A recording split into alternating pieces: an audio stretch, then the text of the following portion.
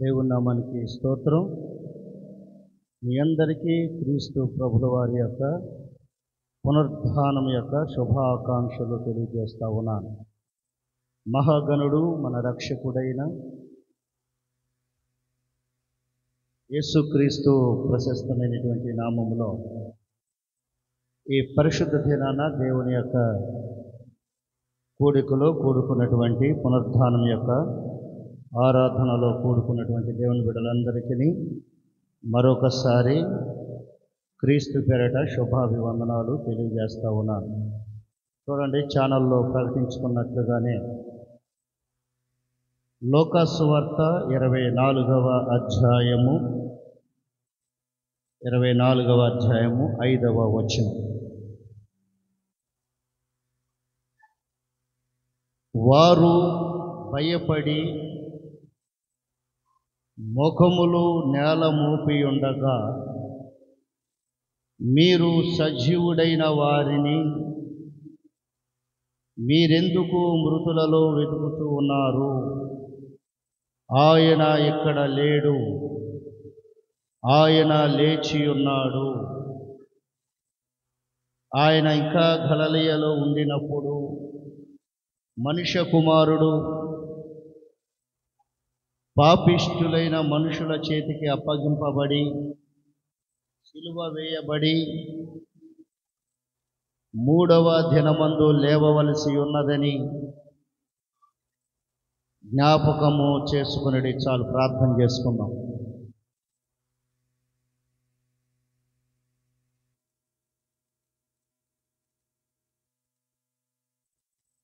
Live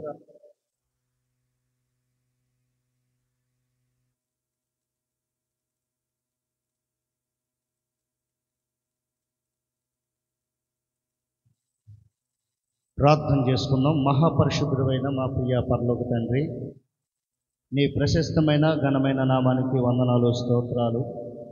గడిచిన దినములన్నీ నీ కృపాక్షేమం చేత మమ్మల్ని భద్రపరిచినందుకై నీకు వందనాలు, స్తోత్రాలు.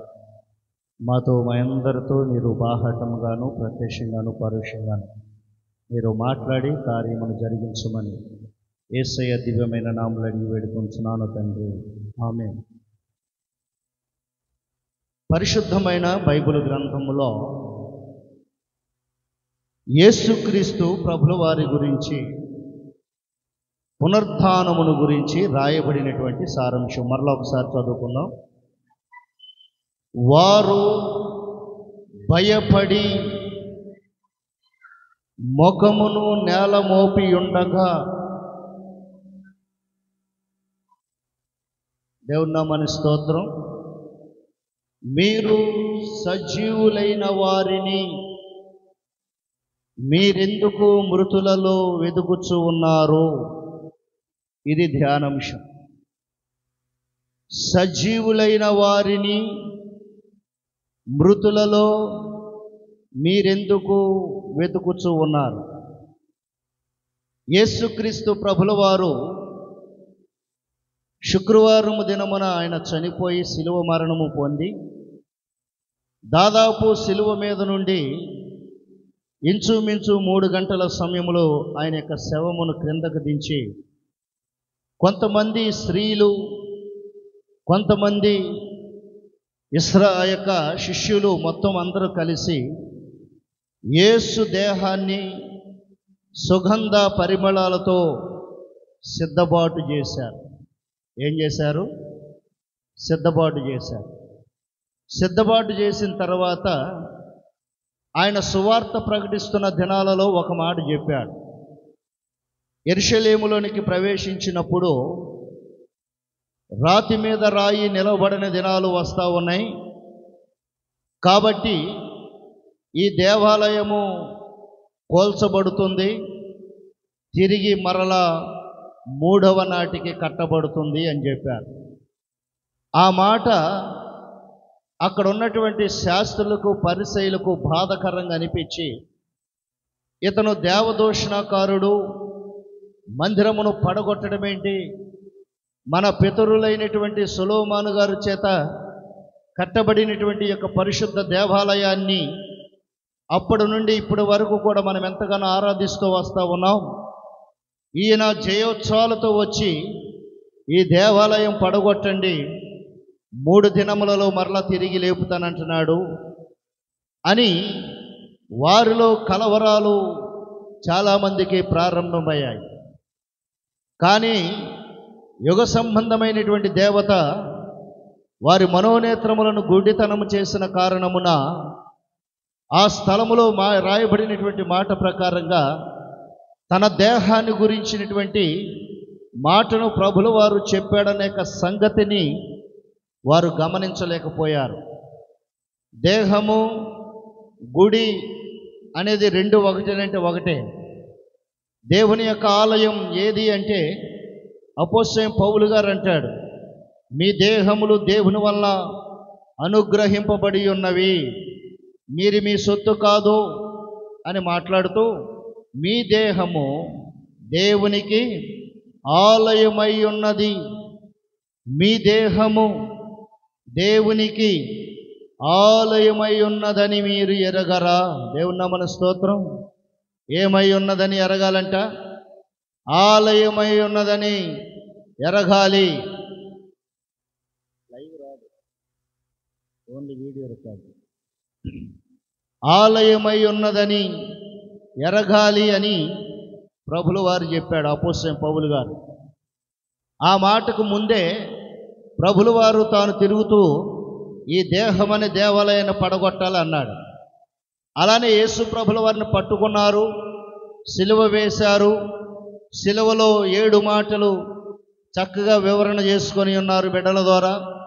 తర్వాత శనివారపు రాత్రి దినాన ఆయన మృతుల లోకానికి వెళ్ళి ఆయన ఆరోహణమైనట్లుగా చెరను తీసుకొని వెళ్ళినట్లుగా లేఖనాల్లో ఉంది. ఆయన అక్కడ సెలవిచ్చిన మాట ఇప్పుడు మనం చదువుకున్న మాట, వారు మనసులో దేవుడు బ్రతికి ఉండగా సజీవుడై ఉండగా చెప్పిన మాటలన్నీ వారి హృదయంలో భద్రంగానే ఉన్నాయి. కనుకనే వారు భయపడి వారు ముఖములు నేల పుచ్చుకున్నారు. ఈ రోజున ఎవరికైనా భయం కనుక కలిగితే కళ్ళు మూసేసుకుంటారు, లేదా ముఖమున భయంకరమైన దృశ్యాన్ని చూడాలంటే ముఖము నేల ముచ్చుకుంటారు. అలానే యేసు ప్రభుల వారి యొక్క చరిత్రలో కూడా జీవితంలో కూడా జరిగినటువంటి సందర్భం ఒకటే. గుడ్ ఫ్రైడే రోజు చెప్తూ యేసు ప్రభుల వారు యుగ పురుషుడిగా ఉండటానికి 3 లక్షణాలు కారణమని చెప్పాను. యేసు ప్రభుల వారిలో మొట్టమొదటిగా జననం ఎంతో ప్రాధాన్యమైనది అని చెప్పాను. ఆయన తల్లి గర్భంలో అంటే ఒక కన్యక గర్భంలోనే అతడు పరిశుద్ధాత్మ వరము చేత జన్మించిన వాడు. ఆయన పుట్టుకలో పాపము లేదు కాబట్టి ఆయన యుగ పురుషుడు అని చెప్పాను. రెండవది, యేసు ప్రభుల వారు చనిపోయాడు. ఈ రోజున ప్రతి మానవుని జీవితంలో పుట్టడం మాత్రం పుడతారు కానీ రెండవది చనిపోతారు. కానీ 3 సారాంశాలు కలిగినటువంటి యేసు జీవిత చరిత్ర. మొదటిది, ఆయన పుట్టినది ప్రియులారా పరిశుద్ధమైనటువంటి పుట్టుక. రెండవది, ఆయన మరణించింది కూడా ఏ మానవుడు అనుభవించని, ఏ మానవుడు ప్రియులారా అనుభవించని శ్రమను ఆయన అనుభవించాడు. చూడండి, పరిశుద్ధమైన బైబిల్ గ్రంథములో దేవుని యొక్క లేఖనాలను బట్టి మనము ఆలోచన చేస్తే పరిశుద్ధమైన అపోస్తలుడైనటువంటి పౌలు గారు ఒక మాట మాట్లాడుతూ ఉంటాడు. ఏమని మాట్లాడతాడో చూడండి ఒకసారి ప్రియులారా. సజీవుడైన క్రీస్తు ప్రభుల వారి గురించి ఆయన చెప్తూ ఉంటాడు. ఏమని చెప్పాడంటే పరిశుద్ధమైన బైబిల్ గ్రంథములో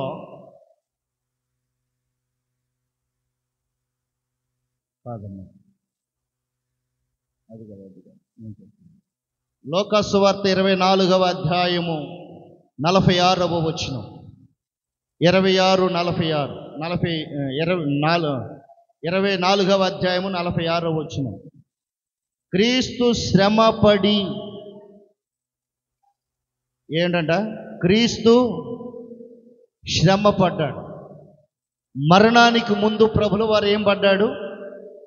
శ్రమ పడెను. శ్రమపడి ఆయన చూడండి ప్రియులారా, మృతుడై మృతులలో నుండి ఆయన లేచాడు. ఈరోజు ఆరాధన ఏ ఆరాధన చెప్పండి? ఈరోజు ఏ ఆరాధన ఎవరికి తెలీదా? ఈరోజు ఆరాధన ఏంటిది? నాకు అర్థం కావట్లేదు, గట్టిగా చెప్పాలి. క్రీస్తు, గట్టిగా చెప్పండి మీరు. సంఘం అంతా వెనకోళ్ళు చెప్పండి, ముందు వెనకోళ్ళు చెప్పండి. ఈరోజు ఆరాధన పేరేంటి? ఆరాధన పేరేంటి ఇవాళ? క్రీస్తు పునరుద్ధానం. మా మనసులన్నీ ఎక్కడే ఉన్నాయి అన్నవాళ్ళు చేతులు ఎత్తండి. మా మనసులు ఎక్కడ లేవు అన్నవాళ్ళు చేతులు ఎత్తండి. ప్రియులారా, పరిశుద్ధమైన బైబిల్ గ్రంథములో యేసు ప్రభుల వారిని మరణానికి ముందు బహు శ్రమ పడ్డాడు. దేవుని నామమున స్తోత్రం. ఎలా పడ్డాడంటే ఆయన బహు శ్రమ పడ్డాడు. ఏ మానవునికి మరణకాలము సమీపించిన కొద్దిగా శ్రమ అనుభవిస్తారు, కానీ ఆయన శ్రమ అనుభవమే చాలా అనుభవం. మరణము కూడా చాలా కడఘోరముగా ఉన్నది ఆయన యొక్క మరణం. తర్వాత ఆయన పునరుద్ధానము కూడా ఆశ్చర్యమైనదే. దేవుని నామమున స్తోత్రం. ఎవరైనా సరే సమాధి కట్టాలి. మనము ఎవరైనా సహజంగా సమాధిలో చనిపోతే సమాధి చేసి ఒకడికి వస్తాం. ఆ సమాధికి కాపలా అనేది ఎవరన్నా ఉంటారా? కాపలా అనేది ఎవరన్నా ఉంటారా? ఎవరు ఉండరు. ఎందుకని? సమాధుల్లోకి వెళ్ళటమే భయం. అసలు వెళ్ళేది ఎవరు సమాధుల్లోనికి? ఎవరు వెళ్ళారు చెప్పండి? ఇంకను చీకటి ఉండగానే స్త్రీలు సుగంధ ద్రవ్యములను సిద్ధపరిచి స్త్రీలు సమాధి దగ్గరికి వెళ్ళాను అని ఉంది. ఈ రోజున వెళ్ళేది ఎవరు? సమాధుల్లోనికి స్త్రీలు వెళ్ళరు. ఆ దినమున యేసు ప్రభుల వారు చెప్పిన మాటల ప్రకారంగానే ఏకను చీకటి ఉండగానే స్త్రీలు మగ్దలేని మరియయు కొంతమంది స్త్రీలు సుగంధ ద్రవ్యములు సిద్ధపాటు చేసి సమాధి దగ్గరికి వెళ్ళారు. అనగా దాని అర్థం, యేసు ప్రభుల వారు చనిపోతే పెద్ద రాతిని బొర్లించి రోమి యొక్క చట్ట ప్రకారముగా ఒక సీలేశారు. ఆ సమాధికి ఏమేశారు? సీలేశారు. ఈ రోజున ఒక గృహాన్ని కోర్టు వారు సీలేస్తే, జప్తు చేస్తే, కంపెనీలు అవన్నా సరే ఆ కోర్టు ద్వారా పరిష్కరించుకొని ఎవరైతే సీలేశారో వాళ్ళు తీస్తేనే అది అధికారంలో ఉన్నట్టు. ఆ రోజున రోమా పరిపాలనలో సీలేసి అక్కడ కాపలా పెట్టారు. ఎందుకని కాపలా పెట్టారు? అక్కడ యేసు ప్రభుల వారు శిష్యులు దొంగిలించి యేసు ప్రభుల వారు లేచారేమో అంటారేమోనని కాపలా పెట్టారు. కానీ ఆయన మాత్రము సజీవముగా లేచాడు. చప్పట్లు కొట్టండి గట్టిగా అందరం. అందుకనే మానవుని జీవితంలో పుట్టుక ఉంది, సహజ మరణం ఉంది. కానీ యేసు ప్రభుల వారి జీవితంలో పుట్టుక ఉంది, మరణం ఉంది, మూడవది పునరుత్థానం ఉంది. మరలా ఆయన చనిపోలేదు. ఆయన యుగ యుగములు నిలిచేవాడు. దేవుని నామమున స్తోత్రం. సజీవుడైన యేసుక్రీస్తు ప్రభుల వారు. దేవుని నామమున స్తోత్రం. కాబట్టి ప్రియులారా, పరిశుద్ధమైన బైబిల్ గ్రంథములో మీకు ఒక ఆలోచన వస్తుంది. లాజరు గారు కూడా మరి చనిపోయాడు కదా, మరలా తిరిగి లేచాడు కదా అని.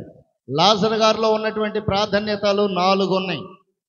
మొదటిది, అందరిలాగానే పుట్టాడు, సహజ మరణము పొందాడు, యేసు ప్రభుల వారి దగ్గర యేసు ప్రభుల వారి యొక్క సూచక్రియగా ఆయన తిరిగి లేచాడు. తర్వాత కాలక్రమేణ ప్రకారముగా మరలా ఆయన చనిపోయాడు. లాజరు గారికి ఎన్ని ఉన్నాయి? 4 ఉన్నాయి. యేసు ప్రభుల వారికి ఎన్ని ఉన్నాయి? 3 ఉన్నాయి. మనుషులకి ఎన్ని ఉన్నాయి? మనకి ఎన్ని ఉన్నాయి? 2 ఉన్నాయి. దేవుని నామమున స్తోత్రం. అందుకే ఆయన యుగ పురుషుడు అని రాయబడి ఉంది.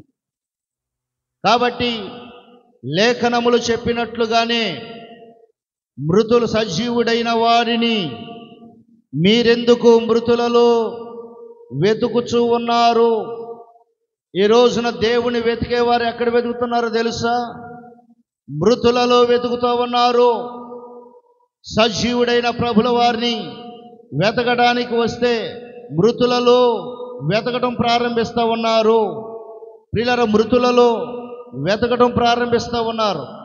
మత్తయి సువార్త 17వ అధ్యాయం 9వ వచనములో ఒక దర్శనాన్ని శిష్యులు చూశారు. ఆ దర్శనాన్ని యేసు ప్రభుల వారికి చెప్తే కొండ దిగుతూ ఉన్నప్పుడు ప్రభుల వారికి చెప్పాడు. ఏమని తెలుసా?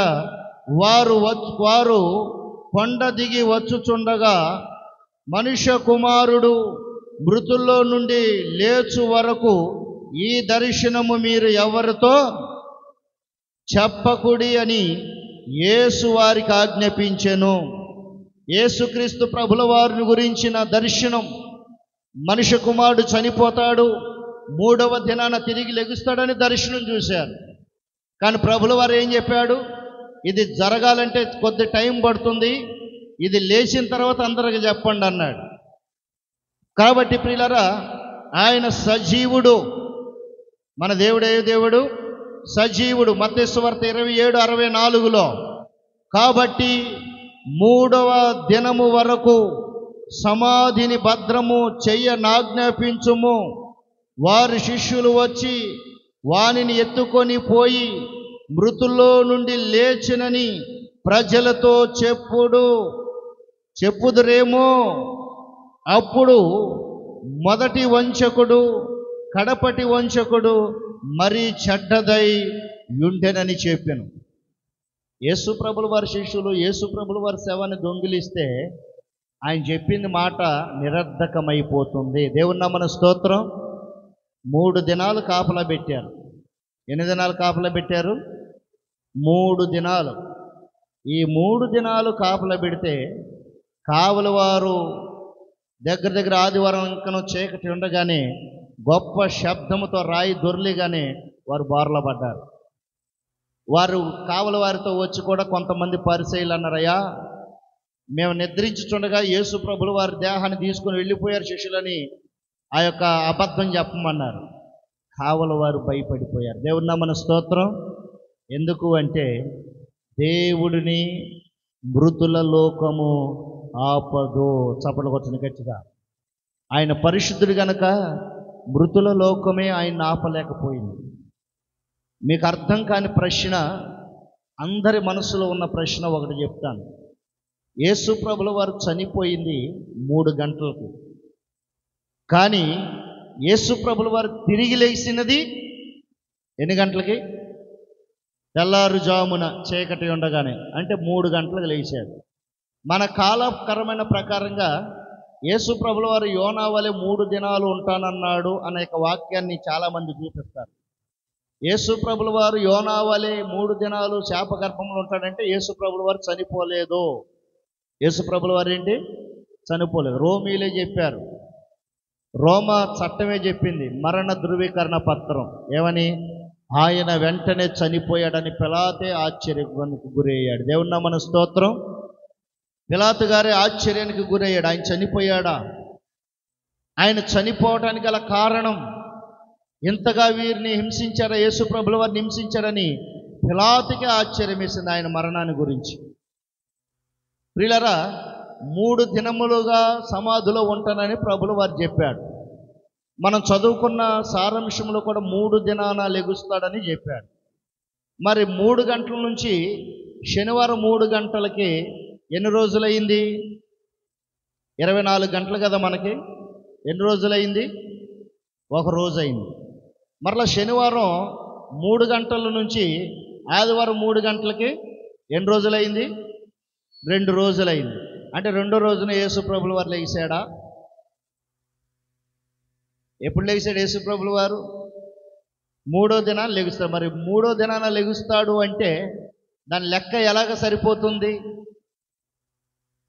దీని లెక్క తెలియాలి అంటే ఆదికాండము 1వ అధ్యాయం చదవాలి. దేవుని నామమున స్తోత్రం.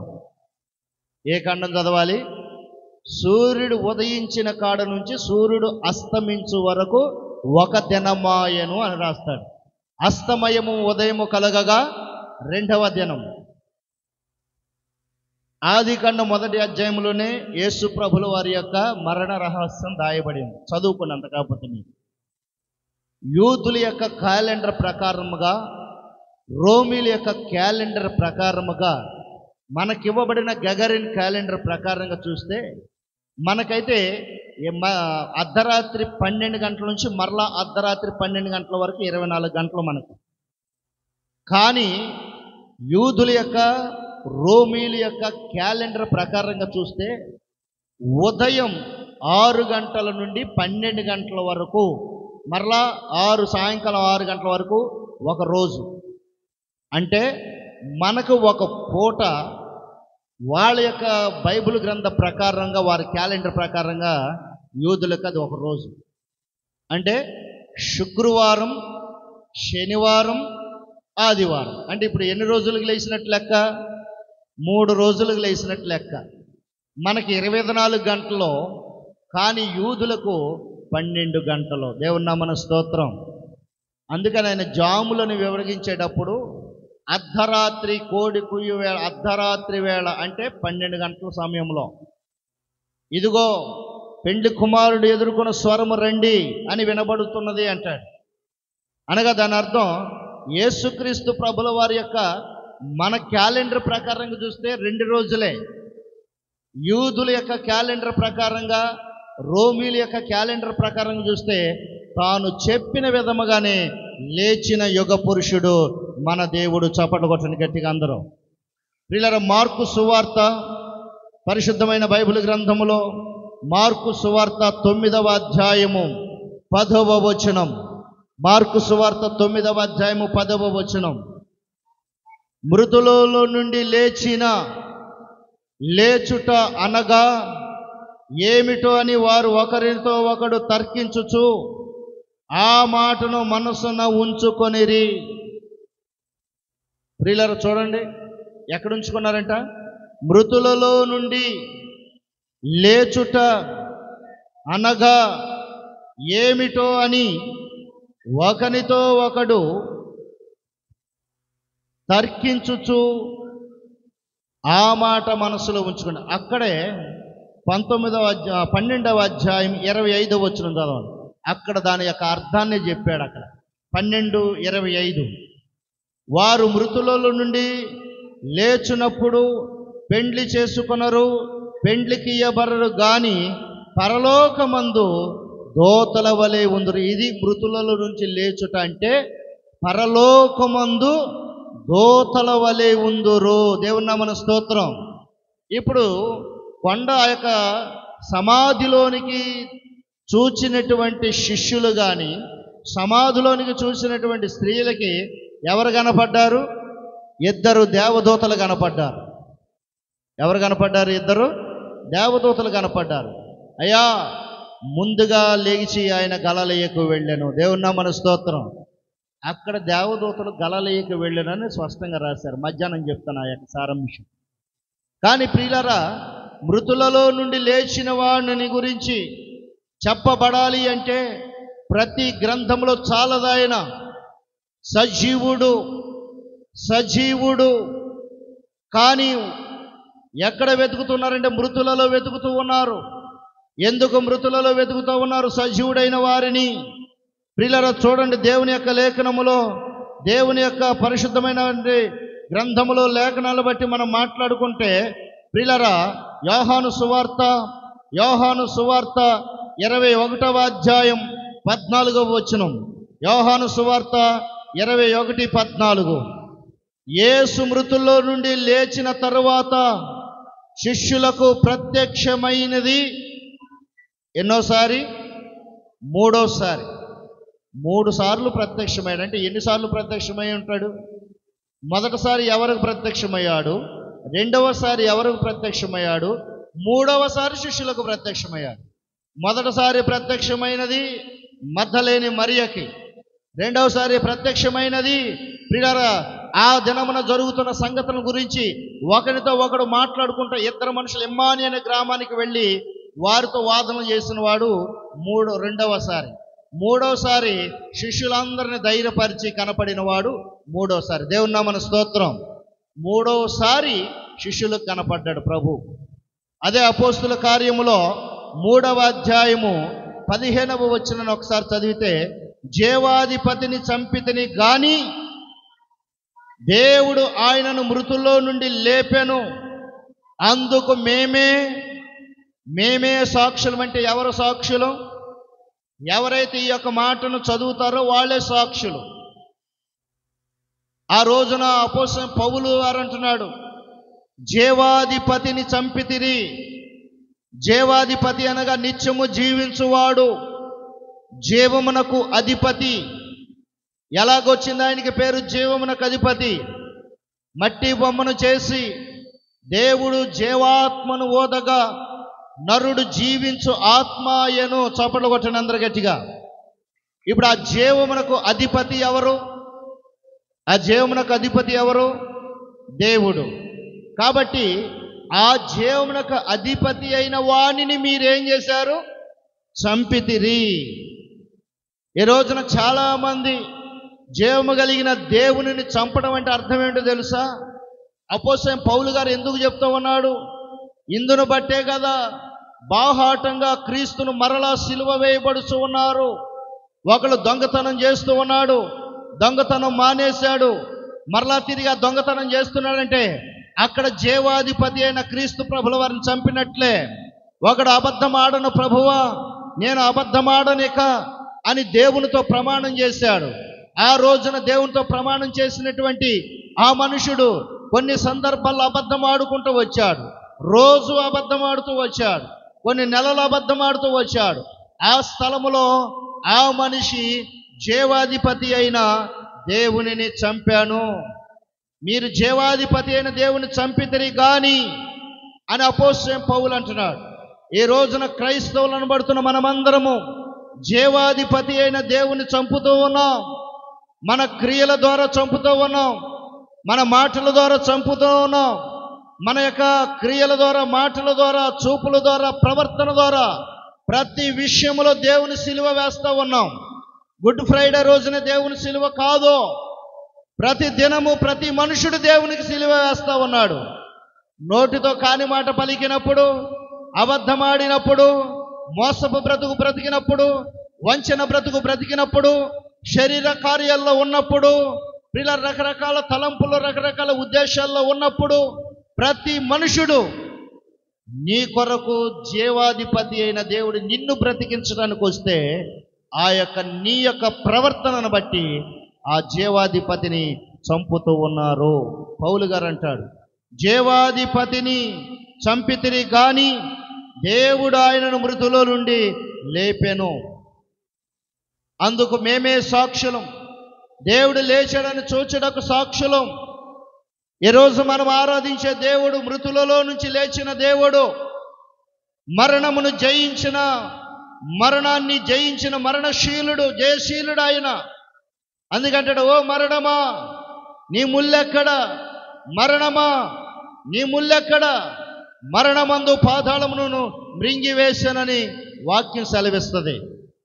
కాబట్టి ప్రియులారా, మరణాన్ని జయించినవాడు మన దేవుడు, మరణాన్ని జయించాడు. కానీ మనమైతే ఆ మరణాన్ని జయించిన వానికి తిరిగి మరలా సిలువ వేస్తూ ఉన్నాం. బాప్తిసం పొందుకొని ఉన్నాం, శరీరేచ్ఛల నుంచి చచ్చిపోయాం, బాప్తిసంలో మనం కడగబడి ఉన్నాం, సకల దుర్నీతి బంధకాల నుంచి విడిపించబడ్డాం. విడిపించబడిన తరువాత బాప్తిసము పొందిన మనము తిరిగి పాపములో పడుతున్నామంటే, తిరిగి దేవునికి విరోధముగా నడుస్తున్నామంటే దేవుని బాప్తిసము మనలో లేదు అని అర్థం. బాప్తిసం మనలో లేదు. ఎందుకో తెలుసా? పరిశుద్ధమైన బైబిల్ గ్రంథంలో ఒక మాట రాయబడింది. రోమీలకు రాసిన పత్రిక 6వ అధ్యాయము 4వ వచనం. 6వ అధ్యాయము, రోమీలకు రాసిన పత్రిక 6వ అధ్యాయము 4వ వచనం. కాబట్టి చాలా జాగ్రత్తగా వినాలి, చాలా జాగ్రత్తగా మీ బైబిల్, అందరు బైబిల్లో అండర్లైన్ చేసుకోండి ఈ మాట. మీ జీవితానికి ప్రయోజనకరమైన మాట ఇది. కాబట్టి తండ్రి మహిమ వలన క్రీస్తు మృతుల్లో నుండి ఎలాగూ లేపబడెనో అలాగే, చూడండి అక్కడ ఏమంటున్నాడు, క్రీస్తు మృతులలో నుండి ఎలాగు లేపబడెనో, క్రీస్తు మృతులలో నుండి ఎలాగు లేపబడెనో అలాగే మనమును నూతన జీవము పొందిన వారమై నడుచుకొనున్నట్లు. చూడండి ఏమన్నాడు అక్కడ, నూతన జీవము పొందునట్లు మనము బాప్తిసము వలన మరణములో పాలు పొందుటకై, చప్పట్లు కొట్టండి గట్టిగా. అర్థమైంది? ఎంతమందికి అర్థమైంది చెప్పండి ఈ మాట? ఎంతమందికి అర్థమైంది? కాబట్టి తండ్రి మహిమ పరుచుట వలన క్రీస్తు మృతులలో నుండి ఎలాగూ లేపబడెనో అలాగే మనమందరము, ఒకళ్ళ ఇద్దరా? అందరంటే ఎవరో? బాప్తిసం తీసుకున్న వాళ్ళు చేతులు ఎత్తండి. బాప్తిసం తీసుకున్న వాళ్ళు, లోకస్ మైండ్ లాభం, బాప్తిసం తీసుకున్న వాళ్ళు చేతి పైకి ఎత్తండి చేయలు గట్టిగా. రైట్. ప్రియులరా, మొన్న ఈస్టర్కి, మన గుడ్ ఫ్రైడేకి బాప్తిసం తీసుకున్న వాళ్ళు ఎవరు? మన గుడ్ ఫ్రైడే నిలబడండి కొద్దిగా వాళ్ళు. మన గుడ్ ఫ్రైడేకి బాప్తిసం తీసుకున్న వాళ్ళు 1 2 3 4 5 6 అందరూ ఒకసారి చప్పట్లు కొట్టండి. కూర్చోండి. మీరు బాప్తిసం తీసుకున్న మీరు క్రీస్తు ఎలాగో మృతుల నుండి లేచెనో అలాగే మనము నూతన జీవము పొందుటకై, ఏంటంట, మనము నూతన జీవము పొందిన వారమై నడుచుకొనున్నట్లు. బాప్తిసం తీసుకున్నవారు ఒక్కసారి ఆగండి. తండ్రి ద్వారా కాలములో బాప్తిసం తీసుకున్నవారు, తండ్రి కాలయాపన చేసిన తర్వాత క్రమక్రమముగా బాప్తిసం తీసుకున్నవారు, మొన్న గుడ్ ఫ్రైడేకి బాప్తిసం తీసుకున్నవారు, మీరందరూ దేని నిమిత్తము తీసుకున్నారో తెలుసా? అక్కడ రాయబడిన మాట నూతనము అయిన, ఏంటంట, నూతన జీవము పొందుటానికే. ఏ జీవం పొందటానికి? నూతన జీవం అంటే అర్థం ఏమిటి? నూతన జీవితం అంటే అర్థం ఏంటి? నూతన అంటే అర్థం ఏంటి? క్రొత్తగా. దేవుని నామమున స్తోత్రం. నూతన సంవత్సరం అంటారు. నూతన సంవత్సరం అంటే, ఇప్పుడు నూతన సంవత్సరం రావాలి అంటే ఏది గతించాలి? ఏది గతించాలి? గట్టి చెప్పాలి. ఏది గతించాలి? పాతది గతించాలి. ఏదైతే నిలబడి ఉన్నామో, ఏదైతే పాత స్వభావములో ఉన్నామో, ఆ పాత స్వభావం మొత్తము గతించిపోవాలి. గతించిపోయినది తిరిగి లెగకూడదు. కోపం గతించిపోవాలి, అబద్ధం గతించిపోవాలి, అసూయ, కలహం, కామ క్రోధాలు, మదమత్సలాలు, అల్లరితో కూడిన ఆటపాటలు, తగాదాలు, విభేదాలు, మతతలు. గలతీ రాసిన పత్రిక 5వ అధ్యాయములో రాయబడి ఉన్నాయి కదా, 19వ వచనములో శరీర కార్యములు స్పష్టమై ఉన్నవని 19 విషయాలు చెప్పాడు. ఇవన్నీ మానవుని జీవితంలో గతించాలి. ఇవన్నీ మానవుని జీవితంలో గతిస్తేనే కానీ నూతన జీవము పొందిన వారం అవుతాం. చప్పట్లు కొట్టండి గట్టిగా అందరూ. పూర్వము నుండి బాప్తిసం తీసుకున్న వారైనా, నూతనంగా బాప్తిసం తీసుకున్న వారైనా, ఇప్పటి వరకు ప్రభు బల్ల కార్యక్రమములో క్రమము తప్పకుండా ఆ యొక్క బల్లారాధన క్రమమును పాటించేవారైనా, మీరందరూ దేని నిమిత్తము నూతన పరచబడాలి అంటే నూతనానికి జీవము పొందుటానికై. మీరు క్రొత్త జీవం పొందినవారు. మీ పాత జీవం కాదు, క్రొత్త జీవితం మీది. ఈ జీవాధిపతి మీకు అధిపతి. మీకు దేవుని వలన ఆ జీవం అనుగ్రహించబడినది. క్రొత్త జీవితంలో మీరు ఉండాలి. ఉంటూ అంటాడు, మనము నడుచుకోవాలి. నడుచుకొనుట, మనం ఏదైనా మార్గం గుండా నడుచుకుంటూ వెళతాం గమ్యస్థలాలకు చేరటానికి. అలానే భక్తి జీవితంలో ప్రతి మానవుడు కూడా నడవాలి. ఏం చేయాలి? భక్తి జీవితంలో ప్రతి మానవుడు నడవాలి. నీ నడక దేవునికి ఇష్టమై ఉండాలి. అందుకనే యోబు అంటాడు, నేను పాపములో పడకుండా నా అరికాళ్ళు చుట్టూ గిర్రిగీసి ఉన్నావు ప్రభువా, నా అడుగులు జాడలు నువ్వు లెక్క పెడుతూ ఉన్నావు. దావీదంటే నా కాలు జారెనని కొనగా నీవు తప్పించితివి అనుకున్నాడు. అనగా మన నడతలో పరిశుద్ధత ఉండాలి. ఇదివరకు నడిచిన నడత కాదు, హెచ్చింపు స్వభావం నడతంతా పోవాలి. మోసకరమైనటువంటి నడతంతా పోవాలి. గర్వపు స్వభావం అంతా పోవాలి. దేవుడు నీకు ఇస్తున్నావు, నువ్వు అనుభవిస్తున్నావు అంతే. ఏది ఉన్నా ఏది లేకపోయినా దేవునికి మహిమార్థముగా నూతన వ్యక్తిగా నువ్వు జీవించాలి. చప్పట్లు కొట్టండి గట్టిగా, అందరూ గట్టిగా చప్పట్లు కొట్టండి. ఈ నూతన జీవం పొందితేనే, ఈ నూతన మార్గములో నడిస్తేనే ప్రభు బల్ల ఆరాధన క్రమములో పాలి భాగస్థుడివి. అక్కడ అంటున్నాడు, బాప్తిసము ద్వారా ఏంటంట? బాప్తిసము ద్వారా మనలను మరణములో పాలు పొందుటకై ఆయనతో కూడా పాతి పెట్టబడ్డాం. బాప్తిసము వలన ఏంటంట? బాప్తిసము వలన మరణములో పాలు పొందుట. ఆగండి, అక్కడ బాప్తిసం తీసుకుంటాం అంటే అర్థం ఏంటో తెలుసా? మరణములో పాలు పొందుట.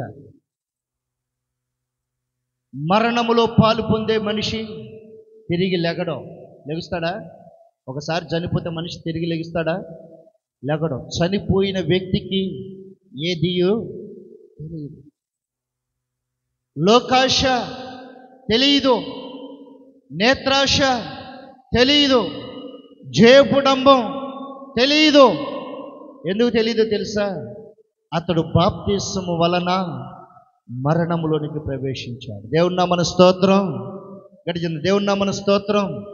బాప్తిసము వలన నీవు మరణములోనికి ప్రవేశించావు. చాలా జాగ్రత్తగా గమనించాలి. ఏ రోజు చెప్పబడలేదు వాక్యం. బాప్తిసాన్ని గురించి ఏ రోజు నేను చెప్పలా. ఏ రోజు కఠినంగా చెప్పడానికి గల కారణం, కాలము లేదు, సమయము లేదు. మారు మనసు పొందుటకు దేవుడు నీకు అవకాశం ఇచ్చాడు. ఈ అవకాశములోనే నీవు బాప్తిసం పొందుకొని ఉన్నావు. నీవు ఒక నిబంధనతో పొందుకొని ఉన్నావు. 40 రోజులు ప్రార్థన చేసి ఆ ప్రార్థన ద్వారా నీవు బాప్తిసం పొందుకున్నావు.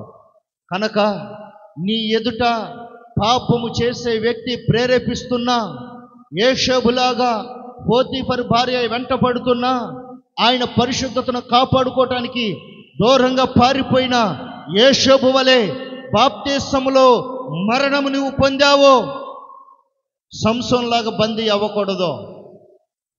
తన పరిశుద్ధతను కాపాడుకున్నాడు. ఆయన రెట్టింపు ఆశీర్వాదం పొందాడు. ఆయన శ్రమ అనుభవిస్తున్న భార్య దేవుణ్ణి దూషించి, నీవు యథార్థతను దేవుణ్ణి దూషించి మరణము కమ్మని యోబు భార్య చెప్తున్నా, యోబు తన యథార్థతను విడచకుండా భక్తిలో సాగిన యోబు వలె సాక్ష్యం కలిగి ఉండాలి. నేటి బాప్తిసం తీసుకున్నవారు, మీరు బాప్తిసములో మరణము పొందారు. ఆయన ద్వారా మీరు పాతి పెట్టబడ్డారు. ఎలా పాతి పెట్టబడ్డారు? ఎఫెసీ రాసిన పత్రిక 2వ అధ్యాయం ప్రారంభ వచనములో, మీ అపరాధముల వలన మీరు చచ్చిన వారై ఉండగా ఆయన క్రీస్తుతో కూడా మిమ్ములను బ్రతికించను. అంటే బాప్తిసము వలన మరణం అంటే అర్థం ఏంటి తెలుసా? పాప సంకేతమైనవన్నీ మరణించినాయి. కానీ యేసు ప్రభుల వారు ఎలాగైతే 3వ దినం తిరిగి లేచాడో, అలానే 3 సార్లు మునిగిన నీ జీవితంలో 3వసారి పైకి లేచావు, అనగా పునరుత్థానములోనికి ప్రవేశించావు. కొట్టండి చప్పట్లు అందరు గట్టిగా. 3 సార్లు బాప్తీసం అనగా 3 సార్లు ముంచుతాం. నీ పాపములు పోవటానికి ఎన్నిసార్లు ముంచుతున్నాడు దైవజనుడు? 3 సార్లు. 3వసారి మునిగి పైకి లెగిస్తున్నావు అంటే అర్థం ఏంటో తెలుస్తా? క్రీస్తు తనతో కూడా బ్రతికించెను. దేవుని నామమునకు స్తోత్రం. ఇప్పుడు నీవు ఎవరికి సాక్షివో తెలుసా? యేసు క్రీస్తు ప్రభుల వారికి సాక్షివే. అందుకన్నాడు, ఆయన మృతుల నుండి లేచుటకు మేము సాక్షులము. బాప్తిసం పొందిన మీరందరూ యేసు ప్రభుల వారు మృతుల నుంచి లేచడానికి సాక్ష్యము. మీరు మీ బాప్తిసము మరణముతో సమానం. యేసుక్రీస్తు ప్రభుల వారు మృతుల నుంచి లేచాడని గొప్పగా చెప్పుకోవడం కాదు. ఈరోజు మృతుల మరణమును గురించి బాప్తిసానికి సన్నిహిత సంబంధాన్ని చెప్తున్నాడు పౌలు గారు. నీవు కూడా మృతుల్లో నుంచి లేగాలి. దేవుని నామమునకు స్తోత్రం. ఎక్కడి నుంచి లేగాలి? నీవు కూడా మృతులలో నుండి లేగాలి. మృతులలో నుండి లేగాలి అంటే నువ్వేం చేయాలి? అపరాధములన్నిటినీ విడిచిపెట్టాలి. ఏం విడిచిపెట్టాలి? అపరాధములన్నీ విడిచిపెట్టాలి. యేసు ప్రభుల వారు నేరం చేసిన వాడు కాడు, కానీ ఆయనకి ఏమని బిరుదు వచ్చింది? నేరస్తుడు అని బిరుదు వచ్చింది. అబద్ధపు సాక్ష్యం యేసు ప్రభుల వారు ఎక్కడ పలకల, కానీ ఆయనను గురించి ఎంతమంది అబద్ధ సాక్ష్యం పలికారు? చాలామంది పలికారు. యేసు ప్రభుల వారి జీవితంలో అందరికీ మేలు చేశాడు, ఉపకారాలు చేశాడు, కానీ ఎవరికి అపకారం చేయలా. దానికి ఎంతమంది ప్రవచించమని చెప్పారు? ఆయన గడ్డమును ఎంతమంది బీకారు? వెనక నుండి తన్ని ముందుకొచ్చి ప్రవచించమన్నారు, హేళన చేశారు. కానీ ఆయన అన్నీ అనుభవిస్తున్నాడంటే అర్థమేంటో తెలుసా? మనము బాప్తిసం వల్ల మరణములోనికి పొందాలనే ఆశతోనే. దేవుని నామమునకు స్తోత్రం. ఈరోజు బాప్తిస కార్యక్రమములో పాలి భాగస్థులైన మీరందరూ యేసు యొక్క పునరుద్ధాన బలము పొందుకున్నవారు. చప్పట్లు కొట్టండి గట్టిగా అందరూ. యేసుక్రీస్తు ప్రభుల వారి యొక్క పునరుద్ధానమును పొందుకున్నవారు మీరందరూ. బాప్తిసము పొందుకోలేని వారికి పునరుద్ధాన బలము లేదో? ఉందా? లేదో? ఇప్పుడు బాప్తిసం పొందుకున్నవారు, పునరుద్ధాన బలం ఉన్నవారు చేతులు ఎత్తండి. మీరందరూ ఎత్తాలి. బాప్తిసం పొందుకున్న వారందరూ ఏ బలము పొందుకున్నవారు? పునరుద్ధాన బలం. పునరుద్ధాన బలం అంటే మరణాన్ని చీల్చి జయించి శక్తి. నీ కళ్ళ ఎదుట ఏది ఉన్నా జయించే శక్తి నీకు ఉంది. దేవుని నామమునకు స్తోత్రం. నీ ఎదుట ఏది ఉన్నా దాన్ని జయించే శక్తి నీకుంది. యేసు ప్రభుల వారి ఎదుట మరణమున్నా మరణాన్ని జయించాడు. జయించాడా లేదా? జయించాడు. బాప్తిసం పొందుకున్న మీరు మీ కళ్ళ ఎదుట ఏది ఉన్నా, మీ ఎదుట ఏది ఉన్నా దాన్ని జయించటానికి సర్వదా సిద్ధపడాలి. దేవుని నామమునకు స్తోత్రం. గట్టి చెప్పాలి, దేవుని నామమునకు స్తోత్రం, దేవుని నామమునకు స్తోత్రం. కాబట్టి ఆ యేసు క్రీస్తే మనము క్రీస్తుతో కూడా చనిపోయిన ఎడల, రోమీయులకు రాసిన పత్రిక 6వ అధ్యాయం 8వ వచనములో మాట్లాడుతూ ఉన్నాడు. మనము కూడా బాప్తిస్ము ద్వారా చనిపోయిన ఎడల, ఇక్కడ అంటున్నాడు, మనము క్రీస్తుతో కూడా చనిపోయిన ఎడల, మృతులలో నుండి లేచిన క్రీస్తు ఇకను చనిపోయిన వారము, ఇకను చనిపోడనియు. చూడండి ప్రియులారా, చనిపోతాడా? ఇకను చనిపోడు. మరలా చదవండి ఆ యొక్క వాక్యాన్ని. మనము క్రీస్తుతో కూడా చనిపోయిన ఎడల, మృతులలో నుండి లేచిన క్రీస్తు ఇకను చనిపోడనియు అంటే అర్థం ఏంటి చెప్పండి? ఒకసారి బాప్తిసం పొందుకున్న మనము క్రీస్తుతో పాటు చనిపోయాం. ఆయన ఏ రీతిగా అయితే పునరుద్ధాన బలము 3వ రోజున పొందుకున్నాడో, 3 సార్లు మునిగి 4వ సారి మనం లేచి నిలబడ్డాం. మనం కూడా పునరుద్ధాన బలము పొందుకున్నాం. ఏకను ఆయన చనిపోడు. దేవుని నామమున స్తోత్రం. ఏకను మన అపరాధముల కొరకే మనం చనిపోము. చప్పట్లు కొట్టండి గట్టిగా. ఏకను మన పాపముల కొరకు మనం చనిపోము. మన బలం పునరుద్ధాన బలం. దేవుని నామమున స్తోత్రం. పునరుద్ధానుడే జయశీలి మృతిని జయించి లేచినాడే. పునరుద్ధానుడే జయశీలి మృతిని జయించి లేచినాడే. శ్రేష్టమైన పునరుద్ధాన బలము ఇచ్చినాడే. నాకై అతి త్వరలో మహిమతో రానయ్యున్నవాడే. కొడదాం చెప్పండి అందరూ. శ్రేష్టమైన పునరుద్ధాన బలము ఇచ్చినాడే. నాకై అతి త్వరలో మహిమతో రానయ్యున్నవాడే. శరీరారెవ్వరు నా ప్రియుడైన యేసయ్యకు. పాడదామందరం. శరీరారెవ్వరు నా ప్రియుడైన యేసయ్యకు. సర్వము నెరిగిన సర్వేశ్వరునికి సరిహద్దులు లేని పరిశుద్ధునికి. సర్వము నెరిగిన పరిశుద్ధునికి సరిహద్దులు లేని పరిశుద్ధునికి. శరీరారెవ్వరు నా ప్రియుడైన యేసయ్యకు. శరీరారెవ్వరు నా ప్రియుడైన యేసయ్యకు. పునరుద్ధానుడే జయశీలి మృతిని జయించి లేచినాడే. ఆమేన్. పునరుద్ధానుడే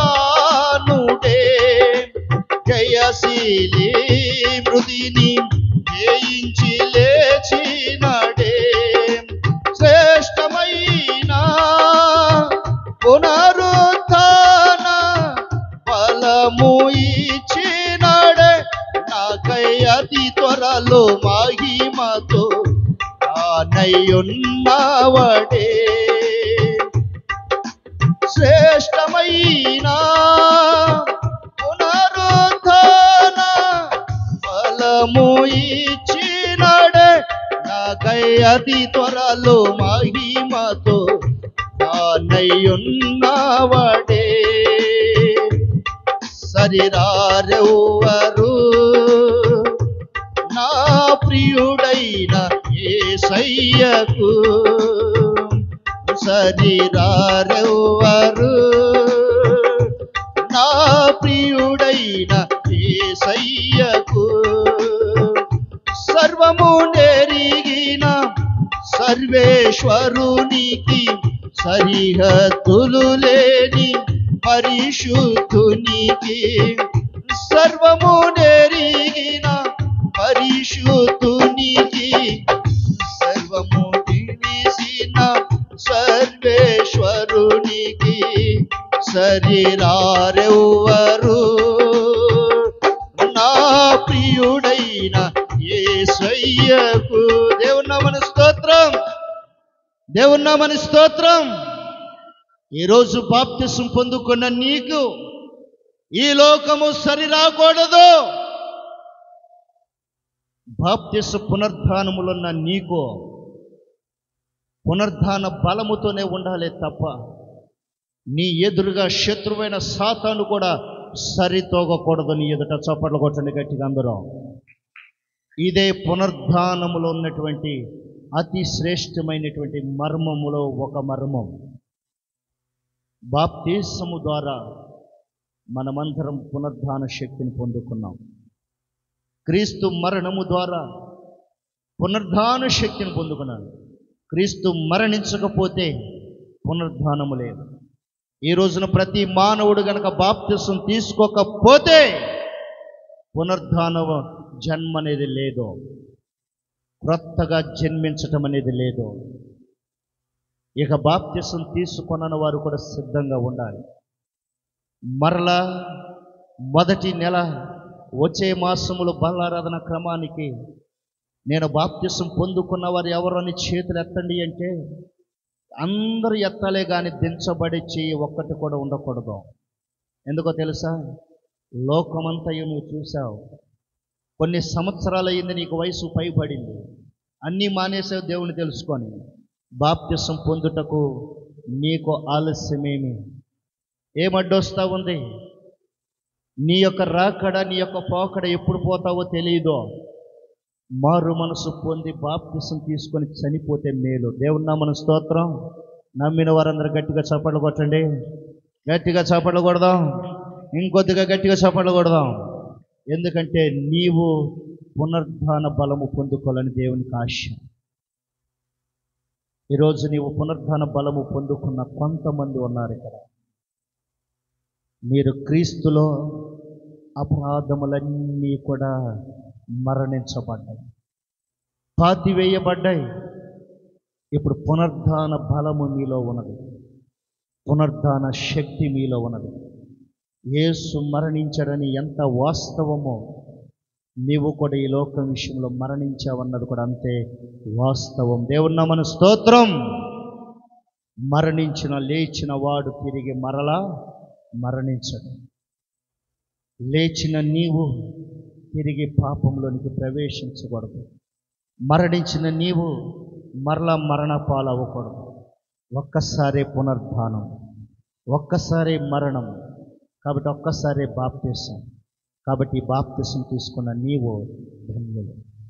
ఈరోజు యేసు ఎందుకు లేచాడంటే తాను మాదిరి చూపించాడు. ఈరోజు ప్రతి వారిని మరణించమంటున్నాడు. దేనికంటే బాప్తిసములో మీరు మరణించారు.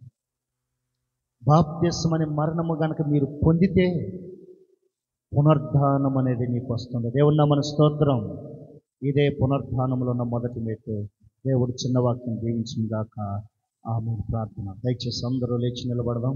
దయచేసి అందరూ లేచి నిలబడి 1-2 నిమిషాలు ప్రార్థనలో మనం ఏకీభవిద్దాం. ప్రభువా, ఈరోజు బాప్తిసం పొందుకున్న నేను, ఇన్ని సంవత్సరాలుగా బలారాధన క్రమంలో ఉన్న నేను, ఇన్ని సంవత్సరాలుగా నీ యొక్క నిబంధనలో ఉన్న నేను, అనేక విషయములలో నేను తప్పిపోయాను. యాకోబు భక్తుడు అన్నట్లుగానే మనమందరం అనేక విషయములలో తప్పిపోతాము కదా.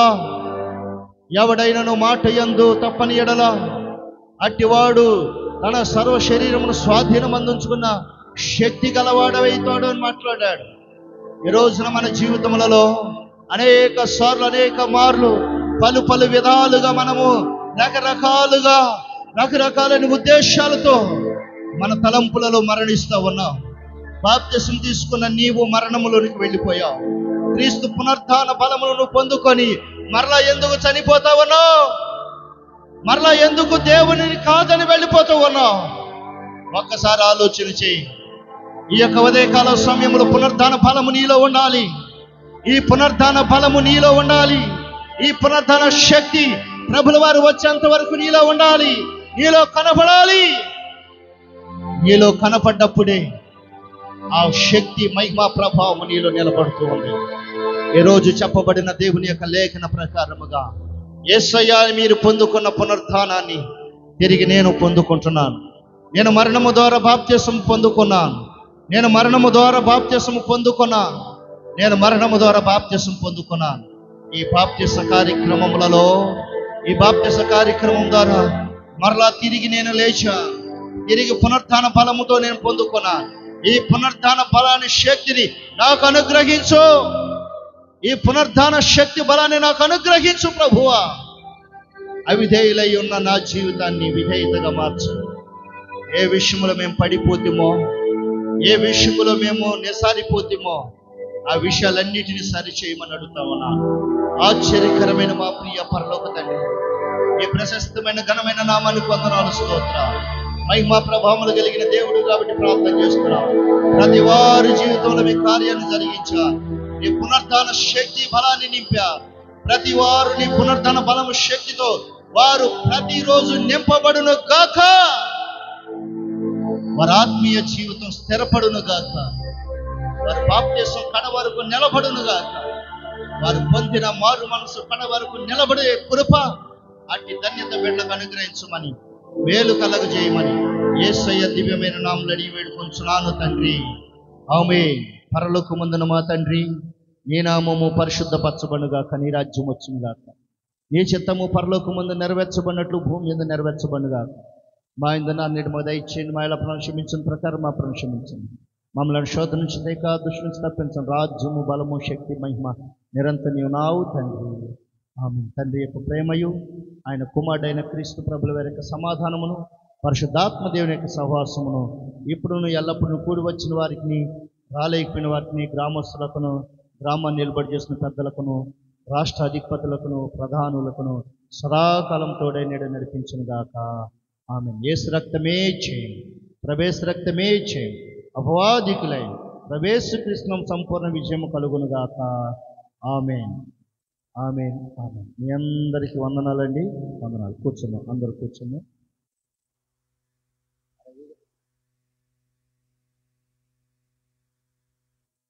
ప్రియులారా, ముఖ్య ప్రకటన.